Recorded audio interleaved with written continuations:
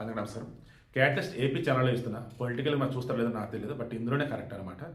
ఏపీకి సంబంధించి ఇప్పుడు కూటమి ప్రభుత్వం అధికారంలో ఉంది.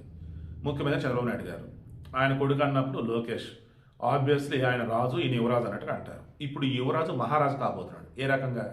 త్వరలో పార్టీ పగ్గాలు లోకేష్ అప్పచెప్పబోతున్నారని మనకు తెలుస్తుంది. ఏ రకంగా అంటే, లోకేష్కి సంబంధించి ఒక అపవాదం ఏదైనా ఉంది అంటే అతను అందరిని కలుపుకొని పోడు అని, తన మైండ్ సెట్ వచ్చేసి నాయుడు గారు లాగా ఉండదని, ఇలా రకరకాల అపవాదం వాటిని పటాపంచలు చేసి పడేశాడు. అసలు పార్టీ అందరిని కలుపుకొని ముందుకెళ్తున్నాడు.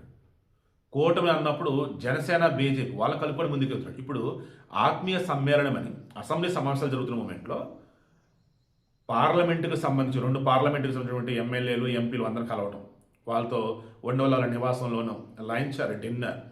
లోకేష్ గొప్పతనం ఏంటంటే పిల్లల్లో పిల్లవాడే కలిసిపోతాడు, పెద్దవాడితో గౌరవంగా ఉంటాడు, తన సమకాలీకులతో వచ్చేసి చాలా ఫ్రెండ్లీగా ఉంటాడు. అద్భుతమైన మార్పు, ట్రాన్స్ఫర్మేషన్ కేక్ అసలు. ఇలా ఈరోజు అందరి చేత శభాష్ అనిపించుకుంటాడు, అన్ని పట్టుల చేత సూపర్ అనిపించుకుంటున్నాడు. This is right time. ఏ రకంగా నాయుడు గారు ఈయనకి రాష్ట్ర బాధ్యతలు అప్పచెప్పి, నాయుడు గారు మొన్న వైస్ ప్రెసిడెంట్ ఉపరాష్ట్రపతి అయి ఉన్నారు కాబట్టి మేబీ ఉపరాష్ట్రపతి పదవి లేదు. నెక్స్ట్ ద్రౌపది ముర్ము గారు టెన్యూర్ త్వరలో అయిపోతుంది కాబట్టి మేబీ రాష్ట్రపతి అవ్వచ్చు చంద్రబాబు నాయుడు గారు. లేదన్నప్పుడు రాష్ట్ర గవర్నర్గానే వెళ్ళవచ్చు. లేదన్నప్పుడు అవే మొదలే నేను ఒక మెంటార్ లాగే ఉంటాను, నా రాష్ట్రం ముఖ్యం అంటే పోనీ అలాగైనా. బట్ లోకేష్ సంబంధించి దిస్ ఇస్ రైట్ టైం. దేనికోసం? ముఖ్యమంత్రి కావటం కోసం.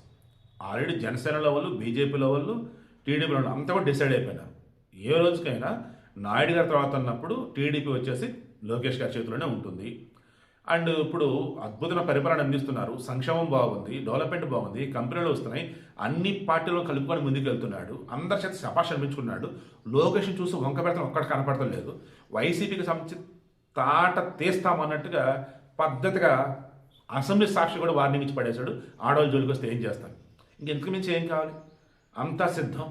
ఎనీ టైం యువరాజు రాజు అవుతాడు, అంత మహారాజు అవుతాడు. అంతిమంగా ఏపీ అద్భుతంగా ముందుకెళ్తే నాకైతే అనిపిస్తూ ఉంది.